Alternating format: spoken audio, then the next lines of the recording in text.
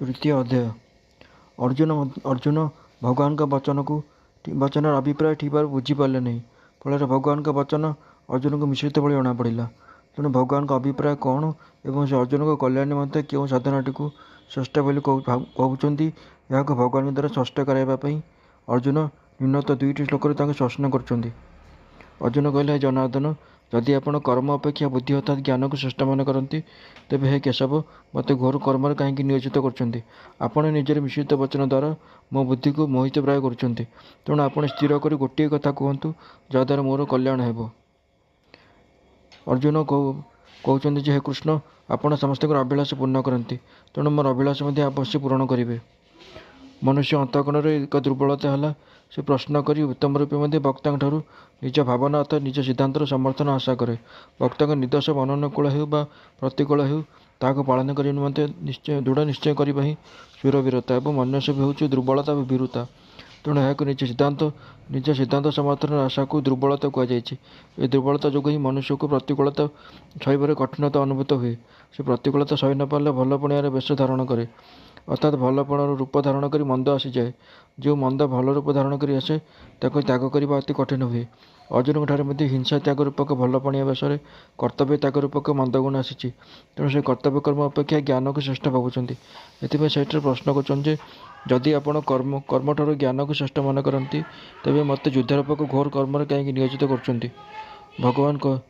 ଭଗବାନ କହିଲେ, ସମବୁଦ୍ଧି ଦ୍ୱାରା ସମତା ଆସିଥାଏ, କିନ୍ତୁ ଅର୍ଜୁନ ଏହାକୁ ଜ୍ଞାନ ବୋଲି ବୁଝିନେଲେ। ତେଣୁ ସେ ଭଗବାନଙ୍କୁ କହୁଛନ୍ତି ଯେ, ହେ ଜନାର୍ଦ୍ଦନ, ଆପଣ ପ୍ରଥମେ କହିଲେ ଯେ ମୁଁ ସାଂଖ୍ୟଯୋଗରେ ଏ ସମବୁଦ୍ଧି କହିଲି। ଏବେ ତୁମେ ଏହାକୁ ଯୋଗ ବିଷୟରେ ଶୁଣ। ଏ ବୁଦ୍ଧିରେ ଯୁକ୍ତ ହୋଇ ତୁମେ କର୍ମବନ୍ଧନରୁ ମୁକ୍ତ ହୋଇଯିବ, କିନ୍ତୁ ଜ୍ଞାନ ହେଲେ ଯେ କର୍ମବନ୍ଧନ ତୁଟିବ। ଆପଣ ଏକଥା ମଧ୍ୟ କହିଲେ ଯେ ବୁଦ୍ଧିଯୋଗ ଅର୍ଥାତ୍ ଜ୍ଞାନଠାରୁ କର୍ମ ଅତ୍ୟନ୍ତ ନିକୃଷ୍ଟ। ଯଦି ଆପଣଙ୍କ ମତାନୁସାରେ କର୍ମଠାରୁ ଜ୍ଞାନ ଶ୍ରେଷ୍ଠ ଓ ଉତ୍ତମ, ତେବେ ମୋତେ ଶାସ୍ତ୍ର ବିହିତ ଯଜ୍ଞ, ଦାନ, ତପ ପ୍ରଭୃତି ଶୁଭକର୍ମରେ ମଧ୍ୟ ଲଗାଇବା ଉଚିତ ନୁହେଁ, କେବଳ ଜ୍ଞାନରେ ଲଗାଇବା ଉଚିତ। କିନ୍ତୁ ଓଲଟା ଆପଣ ମୋତେ ସାରାଦିନ ନରସଂହାର କରିବା ପାଇଁ ପଡ଼ୁଥିବା ଯୁଦ୍ଧ ଭଳି ଅତ୍ୟନ୍ତ କ୍ରୂର କର୍ମରେ କାହିଁକି ଲଗାଉଛନ୍ତି? ପ୍ରଥମେ ଅର୍ଜୁନଙ୍କ ମନରେ ଯୁଦ୍ଧ କରିବାର ଉତ୍ସାହ ଥିଲା ଏବଂ ସେ ସେଥିରେ ଉତ୍ସାହିତ ହୋଇ ଭଗବାନଙ୍କୁ କହିଲେ, ହେ ଅଚ୍ୟୁତ, ଦୁଇ ସେନାଙ୍କ ମଧ୍ୟଭାଗରେ ମୋ ରଥକୁ ରଖନ୍ତୁ, ଯାହାଦ୍ୱାରା ମୁଁ ଦେଖିପାରିବି ଯେ କେଉଁମାନେ ମୋ ସାଙ୍ଗରେ ଯୁଦ୍ଧ କରିବାକୁ ସମକକ୍ଷ। କିନ୍ତୁ ଭଗବାନ ଯେତେବେଳେ ଉଭୟ ସେନାଙ୍କ ମଧ୍ୟରେ ଭୀଷ୍ମ, ଦ୍ରୋଣ ତଥା ରାଜାମାନଙ୍କ ସମ୍ମୁଖରେ ରଥ ଠିଆ କରି କହିଲେ, ତୁମେ କୁରୁବଂଶୀମାନଙ୍କୁ ଦେଖ, ସେତେବେଳେ ଅର୍ଜୁନଙ୍କର କୌଟୁମ୍ବିକ ମୋହ ଜାଗ୍ରତ ହେଲା। ମୋହ ଜାଗ୍ରତ ପରେ ତାଙ୍କର ବୁଦ୍ଧି ଯୁଦ୍ଧରୁ ଓ କର୍ମରୁ ଉପରତ ହୋଇ ଜ୍ଞାନ ଆଡ଼କୁ ଚାଲିଗଲା, କାରଣ ଜ୍ଞାନରେ ଯୁଦ୍ଧ ପରେ କ୍ରୂର କର୍ମ କରିବାକୁ ପଡ଼େ ନାହିଁ। ସେଥିପାଇଁ ଅର୍ଜୁନ କହୁଛନ୍ତି, ମୋତେ ଆପଣ ଘୋର କର୍ମରେ କାହିଁକି ନିୟୋଜିତ କରୁଛନ୍ତି? ଏଠାରେ ବୁଦ୍ଧି ପଦଟିକୁ ଜ୍ଞାନ ଅର୍ଥରେ ନିଆଯାଇଛି। ଯଦି ଏଠି ବୁଦ୍ଧି ପଦର ଅର୍ଥ ସମବୁଦ୍ଧି ଅର୍ଥ ସମତା ଗ୍ରହଣ କରିବା, ତେବେ ମିଶ୍ରିତ ପଦର ଯଥାର୍ଥତା ରହିବ ନାହିଁ। କାରଣ ଦ୍ୱିତୀୟ ଅଧ୍ୟାୟର 48 ଶ୍ଲୋକରେ ଭଗବାନ ଅର୍ଜୁନଙ୍କୁ ଯୋଗର ଅର୍ଥ ସମତାରେ ସ୍ଥିତ ହୋଇ କର୍ମ କରିବାକୁ ଆଜ୍ଞା ଦେଇଛନ୍ତି। ଯଦି ଅର୍ଜୁନଙ୍କ ଧାରଣାରେ ସନ୍ଦେହଜନକ ଦୁଇଟି କଥା ରହିବ, ତେବେ ଯାଇ ବ୍ୟାମିଶ୍ର ବଚନ ପଦ ଯଥାର୍ଥ ହେବ ଏବଂ ତାପରେ ଏ ପ୍ରଶ୍ନ ସମ୍ଭବ ହେବ ଯେ, ଯଦି ଆପଣଙ୍କ ମତରେ କର୍ମଠାରୁ ଜ୍ଞାନ ଶ୍ରେଷ୍ଠ, ତେବେ ମୋତେ ଘୋର କର୍ମରେ କାହିଁକି ଲଗାଉଛନ୍ତି? ଦ୍ୱିତୀୟତଃ ଭଗବାନ ଆଗକୁ ଅର୍ଜୁନଙ୍କ ପ୍ରଶ୍ନର ଉତ୍ତରରେ ଦୁଇଟି ନିଷ୍ଠା କଥା କହିବେ ଯେ, ଜ୍ଞାନ ଯୋଗରେ ଜ୍ଞାନୀମାନଙ୍କର ନିଷ୍ଠା ହୁଏ ଏବଂ କର୍ମ ଯୋଗରେ ଯୋଗୀମାନଙ୍କର ନିଷ୍ଠା ହୁଏ। ଏଥିରେ ମଧ୍ୟ ଅର୍ଜୁନଙ୍କ ପ୍ରଶ୍ନରେ ପ୍ରଯୁକ୍ତ ବୁଦ୍ଧି ପଦର ଅର୍ଥ ଜ୍ଞାନ ବୋଲି ବୁଝିବା ଯୁକ୍ତିସଙ୍ଗତ ମନେ ହେଉଛି। ଯେକୌଣସି ସାଧକ ଶ୍ରଦ୍ଧାପୂର୍ବକ ପଚାରିଲେ ନିଜ ପ୍ରଶ୍ନରେ ବାସ୍ତବିକ ଉତ୍ତର ପାଇପାରେ। ଆକ୍ଷେପପୂର୍ବକ ପ୍ରଶ୍ନ କଲେ ସଠିକ୍ ଉତ୍ତର ପାଇବା ସମ୍ଭବ ନୁହେଁ। ଅର୍ଜୁନଙ୍କର ଭଗବାନଙ୍କ ଉପରେ ପୂର୍ଣ୍ଣ ଶ୍ରଦ୍ଧା ରହିଛି। ତେଣୁ ଉପଯୁକ୍ତ ପ୍ରଶ୍ନରେ ଭାବ ପ୍ରତୀତ ହେଉଛି ଯେ, ଭଗବାନଙ୍କ ନିର୍ଦ୍ଦେଶରେ ଅର୍ଜୁନ ନିଜର କଲ୍ୟାଣ ପାଇଁ ଯୁଦ୍ଧ ଭଳି ଘୋର କର୍ମରେ ମଧ୍ୟ ପ୍ରବୃତ୍ତ ହୋଇପାରିବେ। ଅର୍ଜୁନଙ୍କର ଅଭିପ୍ରାୟ ହେଲା, କେବେ ଆପଣ କହୁଛନ୍ତି ଯେ କର୍ମ କର, ପୁଣି କେବେ କହୁଛନ୍ତି ଯେ ଜ୍ଞାନର ଆଶ୍ରୟ ନିଅ। ଆପଣଙ୍କର ଏହି ମିଶ୍ରିତ ବଚନରେ ମୋର ବୁଦ୍ଧି ମୋହିତପ୍ରାୟ ହୋଇଯାଉଛି। ଅର୍ଥାତ୍ ମୁଁ ସ୍ପଷ୍ଟ ରୂପେ ବୁଝିପାରୁନି ଯେ ମୋ ପାଇଁ କର୍ମ କରିବା ଉଚିତ କି ଜ୍ଞାନର ଆଶ୍ରୟ ନେବା ଉଚିତ। ଏଠାରେ ଦୁଇଥର ଇବ ପଦର ପ୍ରୟୋଗ ଦ୍ୱାରା ଭଗବାନଙ୍କ ଉପରେ ଅର୍ଜୁନଙ୍କର ଶ୍ରଦ୍ଧା ଥିବାର ଜଣାପଡ଼ୁଛି। ଶ୍ରଦ୍ଧା ହେତୁ ଭଗବାନଙ୍କ ବଚନକୁ ଅର୍ଜୁନ ଠିକ୍ ବୋଲି ମାନୁଛନ୍ତି ଏବଂ ଏକଥା ବି ବୁଝୁଛନ୍ତି ଯେ ଭଗବାନ ତାଙ୍କ ବୁଦ୍ଧିକୁ ମୋହିତ କରୁନାହାନ୍ତି। ତଥାପି ଭଗବାନଙ୍କ ବଚନକୁ ଠିକ୍ ଭାବରେ ବୁଝି ନ ଥିବାରୁ ଅର୍ଜୁନଙ୍କୁ ଭଗବାନଙ୍କ ବଚନ ମିଶ୍ରିତ ଭଳି ଲାଗୁଛି ଏବଂ ତାଙ୍କୁ ଜଣାପଡ଼ୁଛି ଯେ ଭଗବାନ ନିଜ ବଚନରେ ମୋ ବୁଦ୍ଧିକୁ ମୋହିତ ପ୍ରାୟ କରୁଛନ୍ତି। ଯଦି ଭଗବାନ ଅର୍ଜୁନଙ୍କ ବୁଦ୍ଧିକୁ ମୋହିତ କରିଥାନ୍ତେ, ତେବେ ଅର୍ଜୁନଙ୍କର ମୋହ ଦୂର କରିଥାନ୍ତା କିଏ? କର୍ମ କଲେ ଅଥବା ଜ୍ଞାନ ପ୍ରାପ୍ତ କଲେ ମୋର କଲ୍ୟାଣ ହେବ, ଆପଣ ନିଶ୍ଚିତ କରି ମୋତେ ଗୋଟିଏ କଥା କୁହନ୍ତୁ। ମୁଁ ପ୍ରଥମରୁ ମଧ୍ୟ କହିଥିଲି ଯେ ଯେଉଁଥିରେ ମୋର ନିଶ୍ଚିତ କଲ୍ୟାଣ ହେବ, ସେହି କଥା ମୋତେ କୁହନ୍ତୁ ଏବଂ ଏବେ ମଧ୍ୟ ମୁଁ ସେହି କଥା କହୁଛି। ଶ୍ରୀ ଭଗବାନ କହିଲେ, ହେ ନିଷ୍ପାପ ଅର୍ଜୁନ, ଏ ମନୁଷ୍ୟ ଲୋକର ଦୁଇ ପ୍ରକାର ନିଷ୍ଠା ଅଛି ବୋଲି ପୂର୍ବରୁ ମୁଁ କହିସାରିଛି। ତନ୍ମଧ୍ୟରୁ ଜ୍ଞାନୀମାନଙ୍କର ନିଷ୍ଠା ଜ୍ଞାନ ଯୋଗରେ ହୁଏ ଏବଂ ଯୋଗୀମାନଙ୍କର ନିଷ୍ଠା କର୍ମଯୋଗରେ ହୁଏ। ଅର୍ଜୁନ ଯୁଦ୍ଧ କରିବାକୁ ଚାହୁଁନଥିଲେ, ତେଣୁ ସେ ସମତାବାଚକ ବୁଦ୍ଧିଗତ ଶବ୍ଦରୁ ଜ୍ଞାନ ବୋଲି ବୁଝିନେଲେ। କିନ୍ତୁ ପ୍ରଥମେ ଭଗବାନ ବୁଦ୍ଧି ଓ ବୁଦ୍ଧିଯୋଗ ଶବ୍ଦ ଦ୍ୱାରା ସମତାର ବର୍ଣ୍ଣନା କରିଥିଲେ। ସୁତରାଂ ଏଠାରେ ମଧ୍ୟ ଭଗବାନ ଉଭୟ ଜ୍ଞାନଯୋଗ ଓ କର୍ମଯୋଗ ଦ୍ୱାରା ସମତାର ବର୍ଣ୍ଣନା କରୁଛନ୍ତି। ନିଜର ଶ୍ରେୟ ବା କଲ୍ୟାଣ କଥା ପଚାରିବା ହିଁ ଅର୍ଜୁନଙ୍କର ନିଷ୍ଠାପରତା। କାରଣ ଆତ୍ମକଲ୍ୟାଣରେ ତାକୁ ଇଚ୍ଛା ହେଲା ପରେ ସାଧକର କାରଣ ଆତ୍ମକଲ୍ୟାଣର ତୀବ୍ର ଇଚ୍ଛା ହେଲା ପରେ ସାଧକର ସକଳ ପାପ ନଷ୍ଟ ହୋଇଯାଏ। ମନୁଷ୍ୟ ଶରୀର ବୋଲି ଏହି ପଦର ଅର୍ଥ ମନୁଷ୍ୟ ଶରୀର ବୋଲି ବୁଝିବା ଉଚିତ। କାରଣ ଜ୍ଞାନଯୋଗ ଓ କର୍ମଯୋଗ ଉଭୟ ପ୍ରକାର ସାଧନା କରିବାର ଓ ସାଧକ ହେବାର ଅଧିକାର ମନୁଷ୍ୟ ଶରୀରରେ ହିଁ ମିଳିଛି। ନିଷ୍ଠାର ଅର୍ଥ ସମଭାବର ସ୍ଥିତି। ଏହାକୁ ଜ୍ଞାନଯୋଗ ଓ କର୍ମଯୋଗ ଉଭୟ ପ୍ରକାରେ ପ୍ରାପ୍ତ କରାଯାଇପାରେ। ଏ ଦୁଇଟି ଯୋଗକୁ ଅଲଗା ଅଲଗା ବିବାହ କରିବା ପାଇଁ ଭଗବାନ ଦ୍ୱିତୀୟ ଅଧ୍ୟାୟର 39ତମ ଶ୍ଲୋକରେ କହିଛନ୍ତି ଯେ, ଏ ସମବୁଦ୍ଧିକୁ ମୁଁ ସାଂଖ୍ୟଯୋଗ ବିଷୟରେ କହିଲି। ଏବେ ଏହାକୁ କର୍ମଯୋଗ ବିଷୟରେ ଶୁଣ।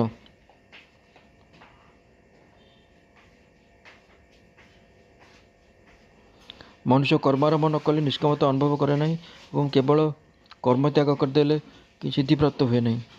କର୍ମଯୋଗରେ କର୍ମ କରିବା ନିହାତି ଆବଶ୍ୟକ, କାରଣ ନିଷ୍କାମ ଭାବରେ କର୍ମ କଲେ ହିଁ କର୍ମଯୋଗରେ ସିଦ୍ଧି ହୁଏ। କର୍ମ ନ କଲେ ମନୁଷ୍ୟକୁ ଏ ସିଦ୍ଧି ମିଳିପାରେ ନାହିଁ। ମନୁଷ୍ୟର ଅନ୍ତଃକରଣରେ ରହିଥିବା କର୍ମ କରିବାର ଆବେଗ ଶାନ୍ତ କରିବା ପାଇଁ କାମନା ତ୍ୟାଗପୂର୍ବକ କର୍ତ୍ତବ୍ୟ କର୍ମ କରିବା ଆବଶ୍ୟକ। କାମନା ରଖି କର୍ମ କଲେ ଆବେଗ ନାଶ ହୁଏ ନାହିଁ, ବରଂ ବଢ଼ି ଚାଲେ। କର୍ମଯୋଗ ଆଚରଣକାରୀ ମନୁଷ୍ୟ କର୍ମ କରି ମଧ୍ୟ ନୈଷ୍କମ୍ୟ ପ୍ରାପ୍ତ ହୁଏ। ଯେଉଁ ସ୍ଥିତିରେ ମନୁଷ୍ୟର କର୍ମ ଅକର୍ମ ହୋଇଯାଏ ଅର୍ଥାତ୍ ବନ୍ଧନକାରକ ହୁଏ ନାହିଁ, ସେହି ସ୍ଥିତିକୁ ନୈଷ୍କମ୍ୟ କହନ୍ତି। ଯେପରି ମଞ୍ଜୁକୁ ଭାଜି ଦେଲେ ବା ସିଝାଇ ଦେଲେ ତା'ର ଅଙ୍କୁରୋଦ୍ଗମ ଶକ୍ତି ନଷ୍ଟ ହୋଇଯାଏ, ସେହିପରି କାମନା ରହିତ ହୋଇ କରାଯାଇଥିବା କର୍ମରେ ଫଳ ଦେବାର ଶକ୍ତି ରହେ ନାହିଁ। ଏଣୁ ନିଷ୍କାମ ମନୁଷ୍ୟର କର୍ମରେ ଜନ୍ମମରଣ ଚକ୍ରରେ ଘୂରାଇବାର ଶକ୍ତି ନଥାଏ। ଯଦି ସମସ୍ତ କର୍ମ ନିଜ ପାଇଁ ନ କରି ଅନ୍ୟମାନଙ୍କ ସେବା ନିମନ୍ତେ କରାଯାଏ, ତେବେ କାମନା ତ୍ୟାଗ ସମ୍ଭବ। କାରଣ ପ୍ରତ୍ୟେକ କର୍ମର ସଂସାର ସହିତ ସମ୍ବନ୍ଧ ଅଛି ଏବଂ ନିଜ ସ୍ୱରୂପର ପରମାତ୍ମା ସଙ୍ଗେ ସମ୍ବନ୍ଧ ଅଛି। ନିଜ ସହିତ କର୍ମର ଆଦୌ ସମ୍ବନ୍ଧ ନାହିଁ।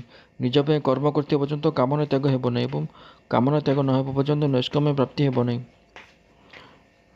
ଏହି ଶ୍ଲୋକର ପୂର୍ବାର୍ଦ୍ଧରେ ଭଗବାନ କର୍ମଯୋଗ ଦୃଷ୍ଟିରୁ କହିଛନ୍ତି ଯେ, କର୍ମ ଆରମ୍ଭ ନ କଲେ କର୍ମଯୋଗକୁ ନିଷ୍କାମ ପ୍ରାପ୍ତି ହୁଏ ନାହିଁ ଏବଂ ଶ୍ଲୋକର ଉତ୍ତରାର୍ଦ୍ଧରେ ସାଂଖ୍ୟଯୋଗ ଦୃଷ୍ଟିରୁ କହିଛନ୍ତି ଯେ, କେବଳ କର୍ମକୁ ସ୍ୱରୂପତଃ ତ୍ୟାଗ କରିଦେଲେ ସାଂଖ୍ୟଯୋଗକୁ ସିଦ୍ଧି ବା ନିଷ୍କାମ୍ୟ ପ୍ରାପ୍ତି ହୁଏ ନାହିଁ। ସିଦ୍ଧି ପ୍ରାପ୍ତି ନିମନ୍ତେ ସେ କର୍ତ୍ତୃତ୍ୱ ଅର୍ଥାତ୍ ଅହଂ ଭାବ ତ୍ୟାଗ କରିବା ଆବଶ୍ୟକ। ଅତଏବ ସାଂଖ୍ୟଯୋଗୀଙ୍କ ନିମନ୍ତେ କର୍ମକୁ ସ୍ୱରୂପତଃ ତ୍ୟାଗ କରିବା ମୁଖ୍ୟ ନୁହେଁ, ବରଂ ଅହଂ ଭାବ ତ୍ୟାଗରେ ମୁଖ୍ୟ। ସାଂଖ୍ୟଯୋଗରେ କର୍ମ କରାଯାଇପାରେ ଏବଂ କେତେକ କ୍ଷେତ୍ରରେ ତ୍ୟାଗ ମଧ୍ୟ କରାଯାଇପାରେ, କିନ୍ତୁ କର୍ମଯୋଗରେ ସିଦ୍ଧିପ୍ରାପ୍ତି ନିମନ୍ତେ କର୍ମ କରିବା ଆବଶ୍ୟକ। କୌଣସି ମନୁଷ୍ୟ କୌଣସି ଅବସ୍ଥାରେ କ୍ଷୀଣମାତ୍ର ମଧ୍ୟ କର୍ମ ନ କରି ରହିପାରେ ନାହିଁ। କାରଣ ପ୍ରକୃତିରେ ପରିବେଶ ହୋଇଥିବା ସମସ୍ତ ପ୍ରାଣୀଙ୍କ ଦ୍ୱାରା ପ୍ରକୃତିଜନିତ ଗୁଣ ହିଁ କର୍ମ କରାଏ। କର୍ମଯୋଗ, ଜ୍ଞାନଯୋଗ, ଭକ୍ତିଯୋଗ। କୌଣସି ମାର୍ଗରେ ସାଧକ କର୍ମ ନ କରି ରହିପାରିବ ନାହିଁ। ଏଇଟା ଭଗବାନ କହୁଛନ୍ତି ଯେ, ଜ୍ଞାନୀ ହୋଇଥାଉ ବା ଅଜ୍ଞାନୀ ହୋଇଥାଉ, କୌଣସି ମନୁଷ୍ୟ କର୍ମ ନ କରି ରହିପାରେ ନାହିଁ। ଯଦି ବା ନିଜର ତଥାକଥିତ ଶରୀର ସହିତ ଜ୍ଞାନୀର କୌଣସି ସମ୍ବନ୍ଧ ନଥାଏ, ତଥାପି ତାଙ୍କର ବୋଲାଉଥିବା ଶରୀରରେ ଅନୁକ୍ଷଣ କ୍ରିୟା ହେଉଥାଏ। ଭଗବାନ କହୁଛନ୍ତି, ଯଦ୍ୟପି ମନୁଷ୍ୟ ମୁଁ ଅନୁକ୍ଷଣ କର୍ମ କରୁଛି ଏପରି ଭାବେ ନାହିଁ, ତଥାପି ଶରୀର ସଙ୍ଗେ ସମ୍ବନ୍ଧ ମାନିଥିବା ପର୍ଯ୍ୟନ୍ତ ସେ କ୍ଷୀଣମାତ୍ର ବି କର୍ମ ନ କରି ରହିପାରେ ନାହିଁ। ଭଗବାନ କହୁଛନ୍ତି, ଜାଗ୍ରତ, ସ୍ୱପ୍ନ, ସୁଷୁପ୍ତି, ମୂର୍ଚ୍ଛା ପ୍ରଭୃତି କୌଣସି ଅବସ୍ଥାରେ ବି ମନୁଷ୍ୟ କର୍ମ ନ କରି ରହିପାରେ ନାହିଁ। ଏହାର କାରଣ ଭଗବାନ ଏ ଶ୍ଲୋକର ଉତ୍ତରାର୍ଦ୍ଧରେ ଦର୍ଶାଇଛନ୍ତି ଯେ, ପ୍ରକୃତିରେ ପରିବେଶ ହୋଇଥିବାରୁ ତାକୁ କର୍ମ କରିବାକୁ ପଡ଼େ। ପ୍ରକୃତି ନିରନ୍ତର ପରିବର୍ତ୍ତନଶୀଳ। ସାଧକ ନିଜ ପାଇଁ କିଛି କରିବା ଠିକ୍ ନୁହେଁ। ଯାହା କିଛି ବିହିତ କର୍ମ ସମ୍ମୁଖକୁ ଆସେ, ତାହାକୁ କେବଳ ଅନ୍ୟମାନଙ୍କ ହିତ ଉଦ୍ଦେଶ୍ୟରେ କରିଦେବା ଉଚିତ। ପରମାର୍ଥ ପ୍ରାପ୍ତି ଉଦ୍ଦେଶ୍ୟ ଥିବାରୁ ସାଧକ ଆଦୌ ନିଷିଦ୍ଧ କର୍ମ କରିପାରେ ନାହିଁ। ଅଧିକାଂଶ ମନୁଷ୍ୟ କେବଳ ସ୍ଥୂଳ ଶରୀର କ୍ରିୟାକୁ କର୍ମ ମନେ କରନ୍ତି, କିନ୍ତୁ ଗୀତା ମାନସିକ କ୍ରିୟାକୁ ମଧ୍ୟ କର୍ମ ମନେ କରେ। ଶାରୀରିକ, ବାଚିକ ଓ ମାନସିକ ଭାବେ ସମ୍ପାଦିତ ସମସ୍ତ କ୍ରିୟାକୁ ଗୀତା କର୍ମ ବୋଲି ସ୍ୱୀକାର କରେ। ଯେଉଁ ଶାରୀରିକ ଅଥବା ମାନସିକ କ୍ରିୟା ସହିତ ମନୁଷ୍ୟ ନିଜର ସମ୍ବନ୍ଧ ରଖେ, କେବଳ ସେହି କ୍ରିୟା କର୍ମ ହୋଇ ତାକୁ ବାନ୍ଧି ଦିଏ, ଅନ୍ୟ କ୍ରିୟା ନୁହେଁ। ସାଧାରଣତଃ ପିଲାଛୁଆଙ୍କ ପାଳନ ପୋଷଣ ତଥା ଜୀବିକା ସମ୍ବନ୍ଧୀୟ ବ୍ୟବସାୟ, ଚାକିରି, ଅଧ୍ୟାପନ ପ୍ରଭୃତିକୁ ଲୋକେ କର୍ମ ବୋଲି ଭାବନ୍ତି, କିନ୍ତୁ ଖିଆପିଆ, ଚଲାବୁଲା, ଚିନ୍ତନ ପ୍ରଭୃତି ଅନ୍ୟାନ୍ୟ କ୍ରିୟାଗୁଡ଼ିକୁ କର୍ମ ବୋଲି ଭାବନ୍ତି ନାହିଁ। ଏଥିପାଇଁ କେତେକ ଲୋକେ ବ୍ୟବସାୟ ଆଦି କର୍ମତ୍ୟାଗ କରିଦେଇ ମାନି ନିଅନ୍ତି ଯେ, ମୁଁ କର୍ମ କରୁନାହିଁ, କିନ୍ତୁ ଏହା ସେମାନଙ୍କର ମସ୍ତ ବଡ଼ ଭୁଲ। ଶରୀର ନିର୍ବାହ ସମ୍ବନ୍ଧୀୟ ସ୍ଥୂଳ ଶରୀର କ୍ରିୟା, ନିଦ୍ରା, ଚିନ୍ତନ ପ୍ରଭୃତି ସୂକ୍ଷ୍ମ ଶରୀର କ୍ରିୟା ଏବଂ ସମାଧି ପ୍ରଭୃତି କାରଣ ଶରୀର କ୍ରିୟା ସବୁକିଛି କର୍ମ। ଶରୀରରେ ଅହଂ ଭାବ ମମତା ଥିବା ପର୍ଯ୍ୟନ୍ତ ଶରୀର ଦ୍ୱାରା ହେଉଥିବା ସମସ୍ତ କ୍ରିୟା କର୍ମ ବଦ୍ଧବାଚ୍ୟ।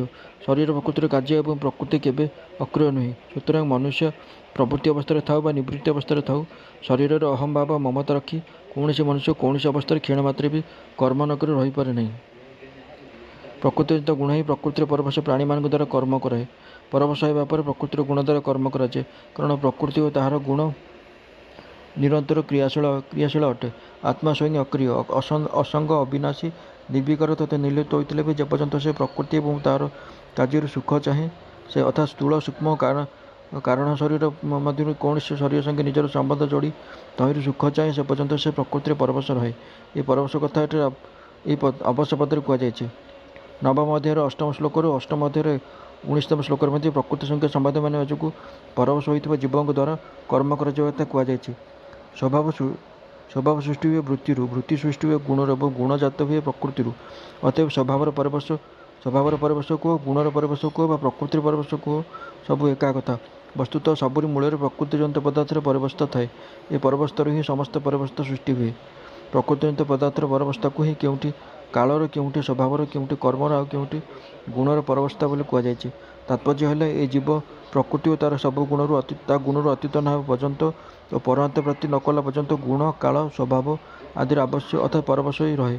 ଅର୍ଥାତ୍ ଜୀବ ପ୍ରକୃତି ସହିତ ନିଜର ସମ୍ବନ୍ଧ ମାନିଥିବା ପର୍ଯ୍ୟନ୍ତ ଓ ପ୍ରକୃତିରେ ସ୍ଥିତ ରହୁଥିବା ପର୍ଯ୍ୟନ୍ତ କେବେ ଗୁଣ ଓ କେବେ କାଳର ପରିବେଶ ହୋଇ ରହେ ତ ଆଉ କେବେ ଭୋଗ ଓ ସ୍ୱଭାବର ପରିବେଶ ହୋଇ ରହେ।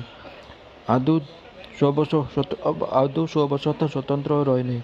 ତା ଛଡ଼ା ସେ ପରିସ୍ଥିତି, ବ୍ୟକ୍ତି, ସ୍ତ୍ରୀ, ପୁତ୍ର, ଧନ, ଗୃହ ଆଦିରେ ମଧ୍ୟ ପରବଶ ହୋଇ ରହେ।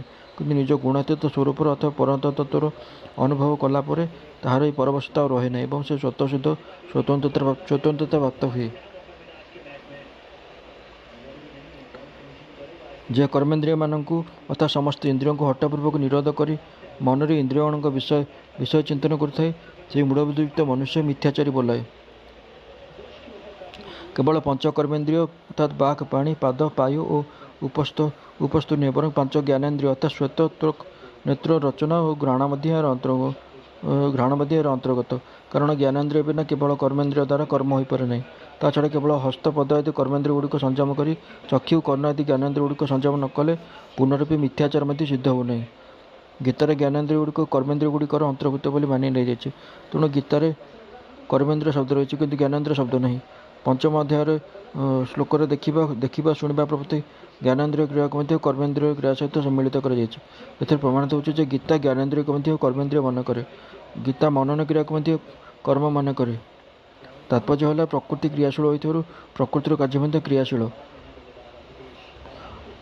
ଯଦ୍ୟପି ସଂଯମ ପଦର ଅର୍ଥ ଇନ୍ଦ୍ରିୟ ସମୂହକୁ ଠିକ୍ ଭାବରେ ସଂଯମ କରିବା ଅର୍ଥାତ୍ ସେଗୁଡ଼ିକ ବଶୀଭୂତ କରିବା, ତଥାପି ଏଠାରେ ଏହାର ଅର୍ଥ ଏପରି ନୁହେଁ ଯେ, ବରଂ ଏହାର ଅର୍ଥ ହେଉଛି ଇନ୍ଦ୍ରିୟଗଣକୁ ହଠପୂର୍ବକ ବାହ୍ୟ ଭାବେ ନିରୋଧ କରିବା।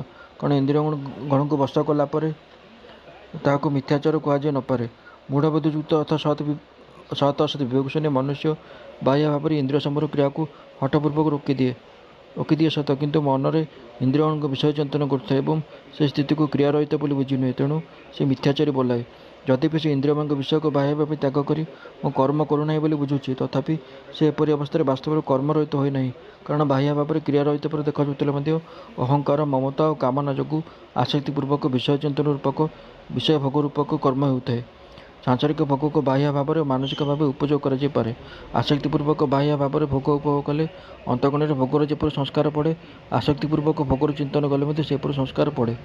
ମନୁଷ୍ୟ ବିଚାର, ଲୋକଲଜ୍ଜା, ବ୍ୟବହାର ଦୃଷ୍ଟିରୁ ବାହ୍ୟ ଭୋଗ ତ୍ୟାଗ କରିପାରେ, କିନ୍ତୁ ମାନସିକ ଭାବେ ଭୋଗ ଉପଭୋଗର କୌଣସି ବାହ୍ୟ ବାଧା ଆସେ ନାହିଁ। ତେଣୁ ସେ ମାନସିକ ଭାବରେ ଭୋଗ ଉପଭୋଗ କରେ ଏବଂ ମିଥ୍ୟା ଅଭିମାନ କରେ ଯେ ମୁଁ ଭୋଗ ତ୍ୟାଗ କରିଛି। ମାନସିକ ଭୋଗ ଉପଭୋଗରେ ବିଶେଷ କ୍ଷତି ହୁଏ, କାରଣ ତାହାକୁ ସେବନ କରିବା ପାଇଁ ବିଶେଷ ସୁଯୋଗ ମିଳେ। ଏଣୁ ସାଧକ ଯେପରି ବାହ୍ୟ ଭୋଗରୁ ନିଜକୁ ଦୂରେଇ ରଖେ ଓ ତାହା ତ୍ୟାଗ କରେ, ସେପରି ମାନସିକ ଭୋଗ ଚିନ୍ତନରେ ମଧ୍ୟ ସାବଧାନ ହୋଇ ତ୍ୟାଗ କରିବା ଉଚିତ। ଅର୍ଜୁନ ମଧ୍ୟ ସ୍ୱରୂପତଃ କର୍ମ ତ୍ୟାଗ କରିବାକୁ ଚାହାନ୍ତି। ତେଣୁ ସେ ଭଗବାନ ପଚାରୁଛନ୍ତି, ଆପଣ ମୋତେ ଘୋର କର୍ମରେ କାହିଁକି ନିୟୋଜିତ କରୁଛନ୍ତି? ଉତ୍ତରେ ଭଗବାନ କହୁଛନ୍ତି, ଯେଉଁ ମନୁଷ୍ୟ ଅହଂଭାବ, ମମତା, ଆସକ୍ତି, କାମନା ଇତ୍ୟାଦି ରଖି କେବଳ ବାହ୍ୟ ଭାବରେ କର୍ମ ତ୍ୟାଗକୁ ନିଜର କ୍ରିୟା ଶୂନ୍ୟତା ବୋଲି ମାନୁଥାଏ, ତାହାର ଆଚରଣ ମିଥ୍ୟା। ତାତ୍ପର୍ଯ୍ୟ ହେଉଛି, ସାଧକ କର୍ମକୁ ସ୍ୱରୂପତଃ ତ୍ୟାଗ କରିବା ପରିବର୍ତ୍ତେ କାମନା ଓ ଆସକ୍ତିଶୂନ୍ୟ ହୋଇ ତତ୍ପରତାପୂର୍ବକ କର୍ମ କରିବା ଉଚିତ। କିନ୍ତୁ ହେ ଅର୍ଜୁନ, ଯେଉଁ ମନୁଷ୍ୟ ମନ ଦ୍ୱାରା ଇନ୍ଦ୍ରିୟଗଣକୁ ସଂଯତ କରି ଆସକ୍ତିରହିତ ହୋଇ निष्काम भाव में कर्मेन्द्रिय समस्त इंद्रियों द्वारा कर्मयोग आचरण करे से ही श्रेष्ठ। अनाश्रित हो कर्म करती से केवल मिथ्याचारी अपेक्षा श्रेष्ठ नुहति बर सांख्ययोगी अपेक्षा श्रेष्ठ। यह सूचाइवाई एठारे तू पद दी जाइए। भगवान अर्जुन संबोधन प्रयोग कर दर्शाऊँ तुम अंतकरण निर्मल, तेणु तुम अंतकरण कर्तव्य कर्म विषय के सन्देह आसला किपरि? ए सन्देह तुमठे स्थिर हो रही पार नहीं। समस्त अंतकरण मन बुद्धि और चित्त अर्थात अहंकार वाचक और इंद्रियाणी पदटी षष्ठ श्लोक प्रयुक्त कर्मेन्द्रियाणी पद पर इंद्रियर वाचक। मनर इंद्रियगण को वश कर तात्पर्य है विवेकवती बुद्धि द्वारा मन और इंद्रिय सहित स्वयं कौन संबंध नहीं बोली अनुभव करवा। मन द्वारा इंद्रियगण को संयम कले इंद्रियगण स्वतंत्र इच्छा रहे नहीं, अर्थात आम से जो लगे चाहिए से लगिजे और जो हटाया चाहिए से हटिजे। इंद्रियगण प्रति ममता अर्थात मोर भाव न रही से वशीभूत हो जाती। द्वादश अध्याय 11तम श्लोक कर्मयोगी के निमित्त इंद्रिय वश करने कथा कहुई। तात्पर्य है वशीभूत इंद्रिय मान द्वारा ही कर्मयोग आचरित हुए।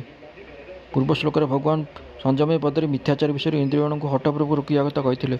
कुटुहते नियम पदर शास्त्र मर्यादा अनुसार इंद्रियगण को नियंत्रित करने कथा तथा निषिद्ध कर्म हटाई निवृत्त कर शास्त्र विहित कर्तव्य कर्म लगाइवा कथा कहते।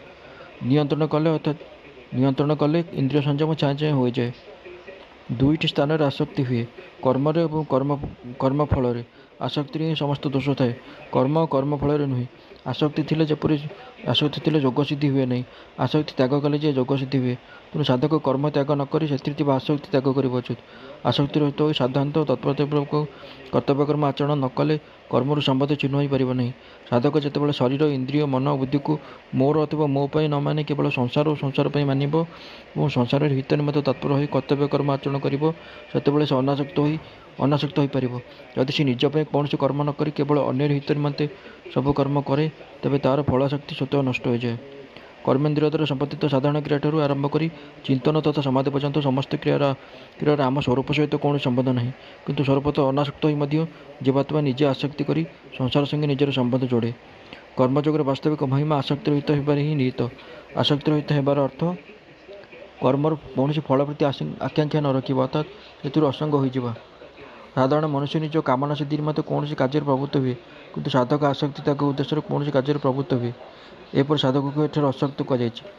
ज्ञानयोगी और कर्मयोगी उभय फल इच्छा असक्ति त्याग करते ज्ञानयोग अपेक्षा कर्मयोग सहज बोली प्रमाणित हुए, कारण कर्मयोग को अन्य कौन साधन आवश्यकता नथिला बेले ज्ञानयोग को देहाभिमान क्रिया तथा पदार्थर आसक्ति दूर करने कर्मयोग अर्थात निष्काम भाव कर्म कर आवश्यकता रहे।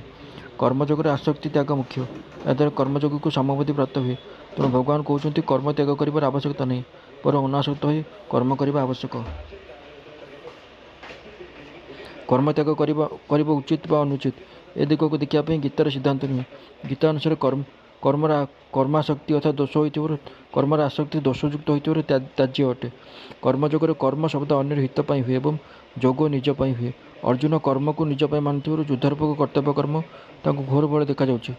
एथिने भगवान स्पष्ट कर आसक्ति होछि घोर, कर्म घोर नुहे। जेपरि ए श्लोकर प्रथम चरण इंद्रियाण पदटी 10टा जाक इंद्रिय वाचक, सेपरि एटी कर्मेन्द्रिय पदटी 10टी जाक इंद्रियर वाचक बोली बुझिबा उचित। यदि कर्मेन्द्रिय पदर केवल हस्त पाद आदि को नियाए तेज दर्शन श्रवण और विचार न कले कर्म किपर हेब। अतएव एठार अंतकरण और बहिकरण समस्त को कर्मेन्द्रिय बोली मानि नहीं जाइए, कारण एमान द्वारा कर्म हुए। कर्म निजपाई नक परहित करागले ताहाकू कर्मयोग कहुए। निजपाई कर्म कले कर्मफल सहित निजर संबंध हो जाए। निजपाई कर्म नक अन्यमान कर्म कले कर्म तथा कर्मफल संबंध अन्यमान सहित हुए और निजर संबंध से भगवान सहित हुए, जहाँ सहित आमर संबंध चिरंतन। एपरि भाव देश काल परिस्थिति आदि अनुसार प्राप्त कर्तव्य कर्म निस्वार्थ भाव करवा होछि कर्मयोगर आरंभ। कर्मयोगी साधक दुई प्रकार, यथा अंतकरण कर्म कर आवेग आसक्ति और रुचि थे निजर कल्याण करने जो मुख्य लक्ष्य से साधक मान निमंते नूतन कर्म आरंभ कर आवश्यकता नहीं, से केवल प्राप्त परिस्थितिर सदुपयोग करने आवश्यक। द्वितीय, जो मन आत्मकल्याण इच्छा मुख्य नुहे, कि संसार सेवा करने संसार को सुख देवा तथा समाज संस्कार कर अधिक रुचि अच्छी, से साधक मान आसे जे अमुक काम कले अनेक लोक सेवा हो पार। ସମାଜ ସଂସ୍କାର ହୋଇପାରିବ ଇତ୍ୟାଦି। ଏମାନେ ନୂତନ କର୍ମ ଆରମ୍ଭ କଲେ ମଧ୍ୟ କୌଣସି ଆପତ୍ତି ନାହିଁ, କିନ୍ତୁ କେବଳ ଆସକ୍ତି ଦୂର କରିବା ପାଇଁ ହିଁ ନୂତନ କର୍ମ ଆରମ୍ଭ କରାଯିବା ଉଚିତ। ଗୀତାରେ ଭଗବାନ ଅର୍ଜୁନଙ୍କ ପ୍ରଶ୍ନ ପ୍ରାପ୍ତ ପରିସ୍ଥିତିରେ ସଦୁପଯୋଗ କରିବା ପାଇଁ କହିଛନ୍ତି, କାରଣ ଅର୍ଜୁନଙ୍କ ମନରେ ନିଜ କଲ୍ୟାଣର ଇଚ୍ଛା ମୁଖ୍ୟ ଥିଲା।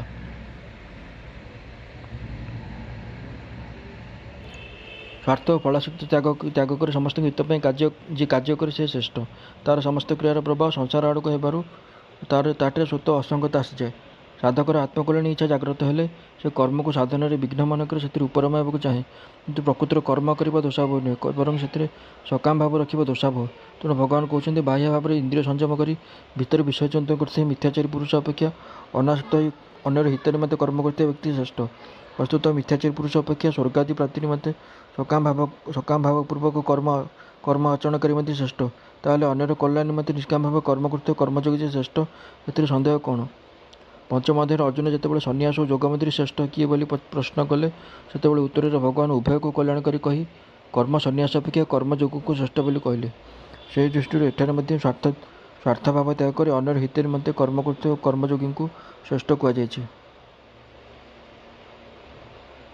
ତୁମେ ଶାସ୍ତ୍ରବିହିତ ସମସ୍ତ କର୍ତ୍ତବ୍ୟ କର୍ମ କର, କାରଣ କର୍ମ ନ କରିବା ଅପେକ୍ଷା କର୍ମ କରିବା ଶ୍ରେଷ୍ଠ, ଏବଂ କର୍ମ ନ କଲେ ତୁମର ଶରୀର ନିର୍ବାହ ମଧ୍ୟ ସଫଳ ହୋଇପାରିବ ନାହିଁ। ଶାସ୍ତ୍ରରେ ବିହିତ ଓ ନିହିତ ଦୁଇଟି ପ୍ରକାର କର୍ମ କରିବାକୁ ଆଜ୍ଞା ଦିଆଯାଇଛି।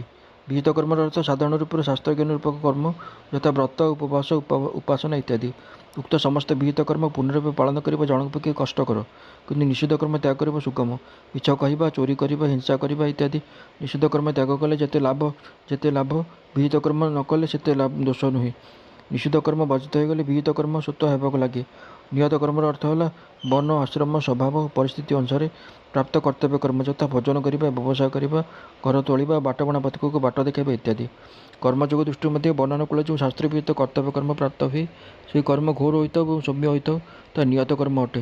ଏଠାରେ ଭଗବାନ ଅର୍ଜୁନଙ୍କୁ କହୁଛନ୍ତି, କ୍ଷତ୍ରିୟ ହୋଇଥିବାରୁ ନିଜର ବର୍ଣ୍ଣଧର୍ମ ଅନୁସାରେ ପରିସ୍ଥିତି ରୂପେ ପ୍ରାପ୍ତ ଯୁଦ୍ଧ ହେଉଛି ତୁମର ସ୍ୱାଭାବିକ କର୍ମ। କ୍ଷତ୍ରିୟ ନିମନ୍ତେ ଯୁଦ୍ଧରୂପକ ହିଂସାତ୍ମକ କର୍ମ ଘୋର ଦେଖାଯାଉଥିଲେ ମଧ୍ୟ ବସ୍ତୁତଃ ଘୋର ନୁହେଁ, ବରଂ ତା ନିମନ୍ତେ ତାହା ନିୟତ କର୍ମ। ଦ୍ୱିତୀୟ ଅଧ୍ୟାୟରେ ଭଗବାନ କହିଛନ୍ତି, ସ୍ୱଧର୍ମ ଦୃଷ୍ଟିରୁ ମଧ୍ୟ ଯୁଦ୍ଧ କରିବା ତୁମ ପାଇଁ ନିୟତ କର୍ମ। ପ୍ରକୃତରେ ସ୍ୱଧର୍ମ ଓ ନିୟତ କର୍ମ ଦୁଇଟି ଯାକ ସମାନ। ଯଦ୍ୟପି ଦୁର୍ଯ୍ୟୋଧନାଦିଙ୍କ ପାଇଁ ମଧ୍ୟ ଯୁଦ୍ଧ ବର୍ଣ୍ଣଧର୍ମ ଅନୁସାରେ ପ୍ରାପ୍ତ କର୍ମ, ତଥାପି ତାହା ଅନ୍ୟାୟଯୁକ୍ତ ହୋଇଥିବାରୁ ନିୟତ କର୍ମଠାରୁ ଭିନ୍ନ, କାରଣ ସେମାନେ ଯୁଦ୍ଧ କରି ଅନ୍ୟାୟପୂର୍ବକ ରାଜ୍ୟ ଛଡ଼ାଇ ନେବାକୁ ଚାହୁଁଛନ୍ତି। ତେଣୁ ସେମାନଙ୍କର ଏ ଯୁଦ୍ଧ ନିୟତ ତଥା ଧର୍ମଯୁକ୍ତ କର୍ମ ନୁହେଁ। ଏହି ଅଧ୍ୟାୟର ପ୍ରଥମ ଶ୍ଲୋକରେ ଅର୍ଜୁନଙ୍କ ପ୍ରଶ୍ନର ଉତ୍ତର ଦେଇ ଏଠାରେ ଭଗବାନ ନ୍ୟାୟପତ୍ର ଦେଇଛନ୍ତି। ଏଠାରେ ଅର୍ଜୁନଙ୍କ ପ୍ରଶ୍ନ ଥିଲା, ଯଦି ଆପଣଙ୍କ ମତରେ କର୍ମ ଅପେକ୍ଷା ଜ୍ଞାନ ଶ୍ରେଷ୍ଠ, ତେବେ ମୋତେ ଘୋର କର୍ମରେ କାହିଁକି ନିୟୋଜିତ କରୁଛନ୍ତି? ଉତ୍ତରରେ ଭଗବାନ ଏଠାରେ କହୁଛନ୍ତି, ମୋ ମତରେ କର୍ମ ନ କରିବା ଅପେକ୍ଷା କର୍ମ କରିବା ଶ୍ରେଷ୍ଠ। ଏପରି ଯୁଦ୍ଧରୂପକ ଘୋର କର୍ମରୁ ନିବୃତ୍ତ ହେବାକୁ ଅର୍ଜୁନଙ୍କର ବିଚାର ଥିଲାବେଳେ ଯୁଦ୍ଧରୂପକ ନିୟତ କର୍ମରେ ପ୍ରବୃତ୍ତ କରାଇବା ହେଉଛି ଭଗବାନଙ୍କର ବିଚାର। ଏଥିପାଇଁ ଆଗକୁ ଅଷ୍ଟାଦଶ ଅଧ୍ୟାୟରେ ଭଗବାନ କହିଛନ୍ତି, ଦୋଷଯୁକ୍ତ ହେଲେ ମଧ୍ୟ ସହଜ ଅର୍ଥାତ୍ ନିୟତ କର୍ମ ତ୍ୟାଗ କରିବା ଅନୁଚିତ, କାରଣ ତାହା ତ୍ୟାଗ କଲେ ଦୋଷ ଲାଗେ ଏବଂ କର୍ମ ସହିତ ନିଜର ସମ୍ବନ୍ଧ ହୋଇଯାଏ। ଏଣୁ କର୍ମ ତ୍ୟାଗ ଅପେକ୍ଷା ନିୟତ କର୍ମ କରିବା ଶ୍ରେଷ୍ଠ, ଏବଂ ଅନାସକ୍ତ ହୋଇ କର୍ମ କରିବା ମଧ୍ୟ ଆହୁରି ଶ୍ରେଷ୍ଠ, କାରଣ ଏପରି କଲେ କର୍ମରୁ ସମ୍ବନ୍ଧ ଚିହ୍ନ ହୋଇଯାଏ। ଏଣୁ ଭଗବାନ ଏହି ଶ୍ଲୋକର ପୂର୍ବାର୍ଦ୍ଧରେ ଅନାସକ୍ତ ହୋଇ ନିୟତ କର୍ମ କରିବାକୁ ଅର୍ଜୁନଙ୍କୁ ଆଜ୍ଞା ଦେଇ କହୁଛନ୍ତି ଯେ, କର୍ମ ନ କଲେ ତୁମର ଜୀବନ ନିର୍ବାହ ମଧ୍ୟ ହେବ ନାହିଁ। କର୍ମଯୋଗରେ ଭଗବାନଙ୍କର ପ୍ରଧାନ ସିଦ୍ଧାନ୍ତ। ଏକଥା ଭଗବାନ ଗୀତାରେ ସ୍ପଷ୍ଟ ଭାବେ କହିଛନ୍ତି, ହେ ଅର୍ଜୁନ, କର୍ମ ନ କରିବାରେ ତୁମର ଆସକ୍ତି ନ ହେଉ, କାରଣ କର୍ତ୍ତବ୍ୟ କର୍ମରୁ ପଛଘୁଞ୍ଚ ଦେଉଥିବା ମନୁଷ୍ୟ ପ୍ରମାଦ, ଆଳସ୍ୟ ଓ ନିଦ୍ରାରେ ନିଜର ବହୁମୂଲ୍ୟ ସମୟ ନଷ୍ଟ କରିଦେବ, ଅଥବା ଶାସ୍ତ୍ରବିହିତ କର୍ମ କରିବ, ଯାହାଦ୍ୱାରା ତାହାର ପତନ ହେବ। ସ୍ୱରୂପତଃ କର୍ମତ୍ୟାଗ ଅପେକ୍ଷା କର୍ମ କରି ତହିଁରୁ ସମ୍ବନ୍ଧିଚ୍ଛିନ୍ନ କରିବା ଶ୍ରେଷ୍ଠ, କାରଣ ମନୁଷ୍ୟ କର୍ମ କରୁ ବା ନ କରୁ କାମନା, ବାସନା, ଫଳାସକ୍ତି, ପକ୍ଷପାତ ପ୍ରଭୃତି କର୍ମ ସହିତ ସମ୍ବନ୍ଧ ସ୍ଥାପନ କରିଦିଅନ୍ତି। କାମନା ପ୍ରଭୃତି ତ୍ୟାଗ କରି ବହୁଦ୍ଦେଶ୍ୟର କର୍ମଯୋଗ ପାଳନ କଲେ ସେଗୁଡ଼ିକୁ ତ୍ୟାଗ କରିବା ଅତି ସହଜ ହୋଇଯାଏ। ଅର୍ଜୁନଙ୍କ ମନରେ ଭାବ ଜାତ ହୋଇଥିଲା ଯେ, କର୍ମ ନ କଲେ ସେଥିରୁ ସ୍ୱତଃ ସମ୍ବନ୍ଧ ତୁଟିଯିବ, କିନ୍ତୁ ଭଗବାନ ନାନା ପ୍ରକାର ଯୁକ୍ତି ଦ୍ୱାରା ତାଙ୍କୁ କର୍ମ କରିବା ପାଇଁ ପ୍ରେରଣା ଦେଉଛନ୍ତି। ସେହି ଯୁକ୍ତି ମଧ୍ୟରୁ ଗୋଟିଏ ଯୁକ୍ତିର ବର୍ଣ୍ଣନା କରି ଭଗବାନ କହୁଛନ୍ତି ଯେ, ହେ ଅର୍ଜୁନ, ତୁମକୁ ଆବଶ୍ୟକ କର୍ମ କରିବାକୁ ପଡ଼ିବ। ଅନ୍ୟ କଥା ଛାଡ଼, କର୍ମ ନ କଲେ ତୁମ ଶରୀର ନିର୍ବାହ ତଥା ଜୀବନ ଚଳଣି ମଧ୍ୟ ଠିକ୍ ଭାବରେ କରିବା ଅସମ୍ଭବ ହୋଇଯିବ। ଯେପରି ଜ୍ଞାନ ଯୋଗରେ ବିବେକ ଦ୍ୱାରା ସଂସାରରୁ ସମ୍ବନ୍ଧ ବିଚ୍ଛେଦ ହୋଇଯାଏ, ସେହିପରି କର୍ମଯୋଗରେ ସ୍ୱଚରୂପେ କର୍ତ୍ତବ୍ୟ କର୍ମ ପାଳନ କଲେ ସଂସାରରୁ ସମ୍ବନ୍ଧ ବିଚ୍ଛେଦ ହୋଇଯାଏ। ଅତଏବ ଜ୍ଞାନଯୋଗୀ ଅପେକ୍ଷା କର୍ମଯୋଗୀକୁ କୌଣସି ପ୍ରକାର ଛୋଟ ମାନିବା ଉଚିତ ନୁହେଁ। କର୍ମଯୋଗୀ ଶରୀରକୁ ସଂସାରରେ ଭାବି ସଂସାର ସେବାରେ ଲଗାଇ ଦିଏ, ଅର୍ଥାତ୍ ଶରୀର ପ୍ରତି ତାର କୌଣସି ଆତ୍ମୀୟତା ରହେ ନାହିଁ। ଯେ ସ୍ଥୂଳ ସୂକ୍ଷ୍ମ କାରଣ ଶରୀର ସହିତ ଏକତ୍ର ସମ୍ବନ୍ଧ ଅଛି ବୋଲି ମନେ କରେ, ମାତ୍ର ଜ୍ଞାନଯୋଗୀ ବ୍ରହ୍ମ ସହିତ ନିଜର ଏକତ୍ୱ ଅଛି ବୋଲି ମନେ କରେ। ଏପରି କର୍ମଯୋଗୀ ଜଡ଼ ତତ୍ତ୍ୱ ସହିତ ଏକତ୍ର ଅଛି ବୋଲି ମନେ କରେ ଏବଂ ଜ୍ଞାନଯୋଗୀ ଚେତନ ତତ୍ତ୍ୱ ସହିତ ଏକତ୍ର ଅଛି ବୋଲି ମନେ କରେ। ଯଜ୍ଞ ଅର୍ଥାତ୍ କର୍ତ୍ତବ୍ୟ କର୍ମ ପାଳନ ନିମନ୍ତେ କରାଯାଉଥିବା କର୍ମ ବ୍ୟତୀତ ଅନ୍ୟ ଅର୍ଥାତ୍ ନିଜ ପାଇଁ କରାଯାଉଥିବା କର୍ମରେ ନିୟୋଜିତ ମନୁଷ୍ୟ ସମୁଦାୟର ତହିଁରେ ବାନ୍ଧି ହୋଇଯାଏ। ତେଣୁ ହେ କୁନ୍ତୀ ନନ୍ଦନ, ତୁମେ ଅନାସକ୍ତ ହୋଇ ଯଜ୍ଞ ନିମନ୍ତେ କର୍ମ କର। ଯଜ୍ଞ, ଦାନ, ତପ, ହୋମ, ତୀର୍ଥଯାତ୍ରା, ବ୍ରତ, ବେଦାଧ୍ୟୟନ ଆଦି ସମସ୍ତ ଶାରୀରିକ, ବ୍ୟବହାରିକ ଓ ପାରମାର୍ଥିକ କ୍ରିୟା ଯଜ୍ଞ ଶବ୍ଦର ଅନ୍ତର୍ଗତ। କର୍ତ୍ତବ୍ୟମାନଙ୍କରେ କରାଯାଉଥିବା ବ୍ୟବସାୟ, ଚାକିରି, ଅଧ୍ୟୟନ ପ୍ରଭୃତି ସମସ୍ତ ଶାସ୍ତ୍ରବିହିତ କର୍ମର ନାମ ହେଉଛି ଯଜ୍ଞ। ଅନ୍ୟକୁ ସୁଖ ଦେବା ପାଇଁ ତଥା ଅନ୍ୟର ହିତ ପାଇଁ ଯେଉଁ କର୍ମ କରାଯାଏ ସେସବୁ ଯଜ୍ଞାର୍ଥ କର୍ମ। ଯଜ୍ଞାର୍ଥ କର୍ମ କଲେ ଆସକ୍ତି ଖୁବ୍ ଶୀଘ୍ର ଧ୍ୱଂସ ହୋଇଯାଏ ଏବଂ କର୍ମଯୋଗର ସମସ୍ତ କର୍ମ ନଷ୍ଟ ହୋଇଯାଏ। ଅର୍ଥାତ୍ ସେ କର୍ମ ନିଜେ ବନ୍ଧନକାରକ ନ ହେବା ସଙ୍ଗେ ସଙ୍ଗେ ପୂର୍ବ ସଞ୍ଚିତ କର୍ମସମୂହକୁ ମଧ୍ୟ ଭସ୍ମ କରିଦିଏ। ବସ୍ତୁତଃ ମନୁଷ୍ୟର ସ୍ଥିତି ତାହାର ଉଦ୍ଦେଶ୍ୟ ଅନୁସାରେ ହୁଏ, କ୍ରିୟା ଅନୁସାରେ ନୁହେଁ। ଧନ ରୋଜଗାର କରିବା ବ୍ୟବସାୟର ପ୍ରଧାନ ଉଦ୍ଦେଶ୍ୟ ଥିବାରୁ ବାସ୍ତବରେ ଧନରେ ହିଁ ତାହାର ସ୍ଥିତି ଥାଏ ଏବଂ ଦୋକାନ ବନ୍ଦ କରିବା ମାତ୍ରେ ଧନ ଆଡ଼କୁ ତାର ବୃତ୍ତି ଚାଲିଯାଏ। ସେପରି ଯଜ୍ଞାର୍ଥ କର୍ମ କରୁଥିବା ସମୟରେ କର୍ମଯୋଗୀର ସ୍ଥିତି ନିଜର ଉଦ୍ଦେଶ୍ୟ ସହିତ ପରମାତ୍ମାଠାରେ ରହେ ଏବଂ କର୍ମ ସମାପ୍ତ କରିବା ମାତ୍ରେ ତାର ବୁଦ୍ଧି ପରମାତ୍ମାଙ୍କ ଆଡ଼କୁ ଚାଲିଯାଏ। ସବୁ ବର୍ଣ୍ଣ ପାଇଁ ଭିନ୍ନ ଭିନ୍ନ କର୍ମ ରହିଛି। କୌଣସି ଏକ ବର୍ଣ୍ଣ ପାଇଁ କୌଣସି ଏକ କର୍ମ ସ୍ୱଧର୍ମ ହୋଇଥିବା ବେଳେ ଅନ୍ୟ ବର୍ଣ୍ଣ ପାଇଁ ତାହା ପରଧର୍ମ ଅର୍ଥାତ୍ ଅନ୍ୟତ୍ର କର୍ମ। ଯଥା ଭିକ୍ଷାନରେ ଜୀବନ ନିର୍ବାହ ବ୍ରାହ୍ମଣ ପାଇଁ ସ୍ୱଧର୍ମ କିନ୍ତୁ କ୍ଷତ୍ରିୟ ନିମନ୍ତେ ପରଧର୍ମ। ଏ ପ୍ରକାର ନିଷ୍କାମ ଭାବରେ କର୍ମ କରିବା ମନୁଷ୍ୟର ସ୍ୱଧର୍ମ ଏବଂ ସକାମ ଭାବରେ କର୍ମ କରିବା ପରଧର୍ମ। ଯେତେ ବି ସକାମ ଓ ନିଷିଦ୍ଧ କର୍ମ ଅଛି ସେସବୁ ଅନ୍ୟତ୍ର କର୍ମ ଶ୍ରେଣୀରେ ଅନ୍ତର୍ଭୁକ୍ତ। ନିଜ ସୁଖ, ମାନ, ବଡ଼ିମା, ଆରାମ ଆଦି ନିମନ୍ତେ ଯେତେ କର୍ମ କରାଯାଏ ସେସବୁ ମଧ୍ୟ ଅନ୍ୟତ୍ର କର୍ମ। ସୁତରାଂ ସବୁଠୁ ଛୋଟ ଓ ସବୁଠୁ ବଡ଼ ଯାହା ବି କର୍ମ କରାଯାଏ ତହିଁରେ ସାଧକ ସାବଧାନ ହୋଇ ଭାବିବା ଉଚିତ ଯେ କେବେ କୌଣସି ସ୍ୱାର୍ଥ ଭାବରେ କର୍ମ ହେଉନାହିଁ ତ। ଯେ ନିରନ୍ତର ସାବଧାନ ରହେ ତାହାକୁ ସାଧକ କହନ୍ତି। ତେଣୁ ସାଧକ ନିଜ ସାଧନା ପ୍ରତି ସାବଧାନ ଓ ଜାଗ୍ରତ ରହିବା ଉଚିତ। ଅନ୍ୟତ୍ର କର୍ମ ବିଷୟରେ ଦୁଇଟି ଗୂଢ଼ ରହସ୍ୟ। କୌଣସି ଆଗନ୍ତୁକଙ୍କ ପ୍ରତି ଯଦି କୌଣସି ମନୁଷ୍ୟ ଆସନ୍ତୁ, ବସନ୍ତୁ ଇତ୍ୟାଦି ଆଦରସୂଚକ ଶବ୍ଦର ବାହ୍ୟ ଭାବରେ ପ୍ରୟୋଗ କରି ଭିତରେ ନିଜଠାରେ ଭଦ୍ରତା ଆରୋପ କରନ୍ତି ଅଥବା ଏପରି କହିଲେ ଆଗନ୍ତୁକ ବ୍ୟକ୍ତି ମୋତେ ଭଲ ଭାବିବେ ଏପରି ବିଚାର କରି ଆଦର ଦେଖାନ୍ତି, ତେବେ ଏହା ପଛରେ ସ୍ୱାର୍ଥ ଭାବନା ଲୁଚି ରହିଥିବାରୁ ଏହା ମଧ୍ୟ ଅନ୍ୟତ୍ର କର୍ମ ଅର୍ଥାତ୍ ଯଜ୍ଞାର୍ଥ କର୍ମ ନୁହେଁ। ସତ୍ସଙ୍ଗ ସଭା ପ୍ରଭୃତିରେ ଯଦି କୌଣସି ବ୍ୟକ୍ତି ମନରେ ଏପରି ଭାବ ରଖି ପ୍ରଶ୍ନ କରେ ଯେ ବକ୍ତା ଏବଂ ଶ୍ରୋତାଗଣ ମୋତେ ଜ୍ଞାନୀ ବୋଲି ବୁଝିବେ ଏବଂ ସେମାନଙ୍କ ଉପରେ ମୋର ଭଲ ପ୍ରଭାବ ପଡ଼ିବ, ତେବେ ଏହା ମଧ୍ୟ ଅନ୍ୟତ୍ର କର୍ମ, ଯଜ୍ଞାର୍ଥ କର୍ମ ନୁହେଁ। ତାତ୍ପର୍ଯ୍ୟ ହେଲା ସାଧକ କର୍ମ କରୁ କିନ୍ତୁ ସେଥିରେ ସ୍ୱାର୍ଥ, କାମନା ଇତ୍ୟାଦି ଭାବ ନ ରଖୁ। କର୍ମ ନିଷିଦ୍ଧ ନୁହେଁ, ବରଂ ସକାମ ଭାବ ନିଷିଦ୍ଧ।